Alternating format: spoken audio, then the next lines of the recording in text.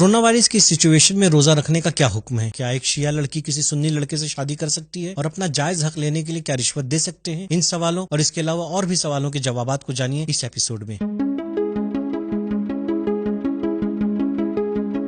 بسم اللہ الرحمن الرحیم۔ دوستوں السلام علیکم۔ سبیل کمنٹ کے اس نئے ایپیسوڈ میں آپ کا استقبال ہے۔ ماہ شعبان کے یہ آخری ایام ہیں۔ یقیناً آپ اپنے آپ کو ایک ایسی مہمانی کے لیے ضرور آمادہ کر رہے ہوں گے کہ جس کے لیے نبی کریم صلی اللہ علیہ وآلہ وسلم فرماتے ہیں دوئی تم فی ہے الی ضیافت اللہ، یعنی اس مہینے میں تمہیں اللہ کے دسترخوان کرم و رحمت پر دعوت دی گئی ہے۔ تو آئیں رب کریم کی بارگاہ میں دعا کرتے ہیں کہ ہم پورے اخلاص کے ساتھ اس ماہ رحمت و برکت سے فائدہ اٹھا سکیں۔ امام علی علیہ السلام اپنی ایک حدیث میں فرماتے ہیں خدا نے ماہ رمضان کے روزوں کو اس لیے واجب کیا ہے تاکہ وہ ہمارے اخلاص کو آزما سکے۔ چلیں دوستوں اب ہم اپنے پہلے سوال کی جانب چلتے ہیں۔ فضل رضوی کمنٹ کرتے ہیں، میرا کوشچن یہ ہے کہ اس بار رمضان میں روزہ رکھنا کیسا ہے جبکہ کورونا جیسی شدید بیماری چل رہی ہے؟ روزہ اسلام کے واجبات میں سے ایک اہم واجب ہے، ایک اہم فریضہ ہے۔ ہر بالغ و عاقل پر روزہ واجب ہے۔ البتہ کچھ افراد ہیں جن کو روزے سے چھوٹ دی گئی ہے، ان میں سے ایک ہے بیمار، دوسرے یہ جو ہے مسافر، تیسرے وہ افراد جو بہت بوڑھے ہو گئے ہیں اور روزہ رکھنا ان کے لیے عسر و حرج کا باعث ہے، سبب مشقت ہے۔ سوال یہ ہے کہ آج کے ماحول میں جہاں ہر طرف یہ جو ہے کورونا جیسا موذی مرض پھیلا ہوا ہے، اس صورت میں کیا روزہ رکھنا ہم پر واجب ہے؟ دو قسم کے افراد ہیں، کچھ وہ ہیں جو کورونا کا شکار ہو چکے ہیں اور کچھ وہ ہیں جو الحمدللہ صحیح و سالم ہیں، ان پر کورونا نے کوئی اثر نہیں کیا ہے۔ جن حضرات پر کورونا نے اثر نہیں کیا ہے ظاہر سی بات ہے کہ ان کے لیے روزہ رکھنا واجب ہے، جیسے عام دنوں میں روزہ رکھنا واجب تھا، کیونکہ کورونا جو ہے روزہ رکھنے سے نہیں ہو جاتا ہے، روزے سے اور کورونا کے وائرس کا کوئی تعلق نہیں ہے۔ ہاں، جو افراد کسی بھی وجہ سے کورونا کے وائرس کا شکار ہو چکے ہیں اور ان کے لیے اگر ماہرین اور اطباء کے کہنے کے مطابق روزہ ان کے لیے ان کے مرض میں اضافے کا سبب بن سکتا ہے، تو وہ فی الحال روزہ نہیں رکھیں گے۔ جب انشاءاللہ شفا یاب ہو جائیں گے، صحت مند ہو جائیں گے، تو اس کے بعد وہ ماہ رمضان کے بعد اس کی قضا رکھیں گے۔ دوستوں اس حوالے سے رہبر معظم سید علی خامنائی کے ہندوستان میں نمائندے جناب حجت الاسلام والمسلمین آقا مہدوی پور ہندوستانی مومنین کے لیے ایک آڈیو میسج بھیجتے ہیں، تو آئے ہم پہلے ان آڈیو میسج کو سن لیتے ہیں۔ بسم اللہ الرحمن الرحیم۔ خدمت ہمیں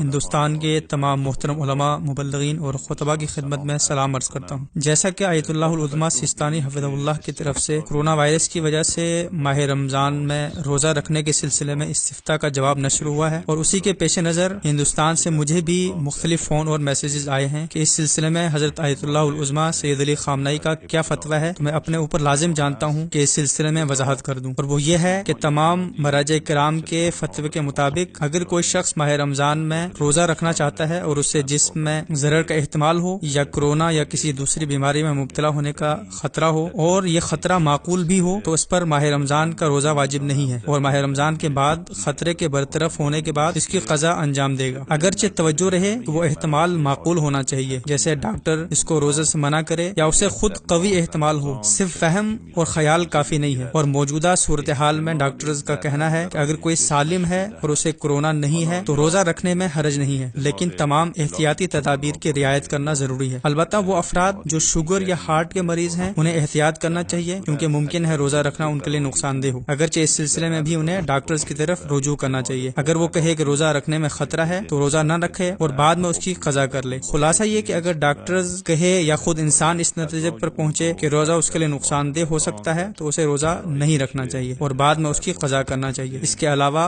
ہر انسان پر روزہ رکھنا واجب ہے۔ اس مسئلے میں حضرت آیت اللہ سیستانی کیا فرماتے ہیں، ان کے مکمل فتوے اور اس فتوے کے مکمل ایکسپلینیشن کو جاننے کے لیے منڈے کو 12:30 بجے ریلیز ہونے والی ہماری کلپ کو آپ ضرور دیکھیے اور اپنے دوستوں کے ساتھ بھی اسے شیئر کیجیے گا۔ سرور حسین کمنٹ کرتے ہیں، السلام علیکم آغا، میرا سوال یہ ہے کہ کیا ہم جاب کو حاصل کرنے کے لیے رشوت دے سکتے ہیں یا نہیں؟ رشوت کا عمل دینا اور لینا بذات ہی دونوں جو ہے وہ حرام اور ناجائز ہے، لیکن اگر اپنا حق اس بات کے اوپر منحصر ہو کہ جب تک ہم رشوت نہیں دیں گے ہمارا حق نہیں مل سکتا ہے اور وہ ضائع ہو جائے گا، تو ایسی صورت میں آیت اللہ خامنائی اور آیت اللہ سیستانی دونوں ہی جو ہے وہ اپنے حق کو لینے کے لیے رشوت کو جو ہے وہ دینا جائز قرار دیتے ہیں۔ ہاں، اس بات کا خیال رکھنا ضروری ہے کہ اس صورت میں کسی دوسرے کا حق جو ہے وہ ضائع ہونے کا امکان نہ ہو، اور اگر ایسی صورتحال ہے تو پھر جائز نہیں ہوگا. انسان کو کمال حاصل کرنے کی کوشش کرنی چاہیے، جہاں تک ممکن ہو سکے وہ کرپشن کا مقابلہ کرے، نہ تو وہ خود کرپشن کرے اور نہ ہی کرپشن کا ساتھ دے، کیونکہ یہی ہمارے معصومین علیہ السلام کی سیرت ہے. خواتین کے لیے ایسی جگہ پر جاب کرنے کا کیا حکم ہے جہاں پر حجاب الاؤڈ نہ ہو؟ ایسی جگہ پر جاب کرنا جہاں پر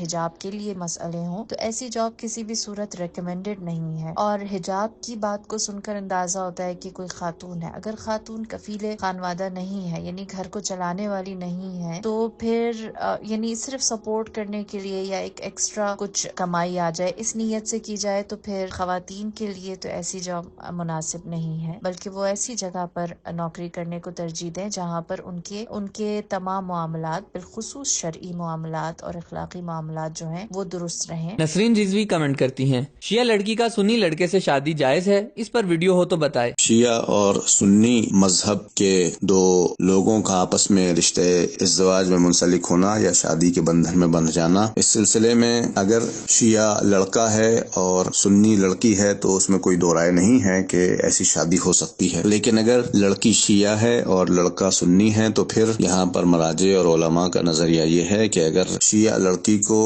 یہ اطمینان ہو کہ شادی کرنے کے بعد اس کا مذہب باقی رہے گا اور اسے اپنے مذہبی مراسم کو بجا لانے میں کوئی پریشانی نہیں ہوگی تو پھر وہ شادی کر سکتی ہے. لیکن اگر اسے اطمینان نہ ہو کہ وہ اپنے حق مذہب پر قائم رہ پائے گی یا نہیں تو پھر احتیاط، شدید احتیاط ہے. اور بعض علماء نے تو یہ کہا ہے کہ جائز نہیں ہے مطلقاً کہ وہ ایسے موقع پر سنی فرد سے شادی کریں. اور دوسری بات یہ بھی ہے کہ اگر وہ سنی نسلی اعتبار سے سادات میں سے بھی نہ ہو اور لڑکی فرض کریں کہ سادات میں سے ہو اور سید زادی ہو تو پھر ان کی اولاد سید نہیں ہوگی. اور ظاہر ہے کہ اولاد کو بھی ممکن ہے کہ اپنے مذہب حقہ پر قائم رہنے یا مذہب حقہ کے انتخاب میں پریشانی ہو اور اس طرح سے ایک حق کا راستہ ان سے چھوٹ جائے. لہذا مناسب ہے کہ سنی فرد سے، سنی مرد سے شیعہ لڑکی شادی نہ کریں اور اس میں احتیاط سے کام لیں. جب بھی ایک لڑکا اور لڑکی آپس میں شادی کرتے ہیں تو یقیناً یہ فیوچر میں ایک پیرنٹس بنیں گے، تو ان کو یہ سوچ کر شادی کرنی چاہیے کہ وہ اپنے بچے کے لیے ایک بہترین ماں یا ایک بہترین باپ کا انتخاب کریں اور دونوں مل کر ایک ایسی اولاد کی تربیت کریں کہ جو اولاد امام زمانہ اجل اللہ تعالیٰ فرجہ الشریف کی سچی منتظر قرار پائے. کلب حیدر کمنٹ کرتے ہیں، کیا نماز فجر کے بعد سے سورج نکلنے تک کی جو مدت ہے اس میں سونا ٹھیک ہے؟ نماز صبح سے لے کر سورج نکلنے تک سونا مکروہ ہے، حرام نہیں ہے، مکروہ ہے. روایات میں اس کی بہت زیادہ مذمت کی گئی ہے. ایک روایت امام جعفر صادق علیہ السلام سے کہ صبح کے وقت سونا بین الطلوعین تنگی رزق کا سبب ہے، یعنی رزق کم ہوتا ہے، منحوسیت ہے اور چہرے کی رونق کو ختم کر دیتا ہے.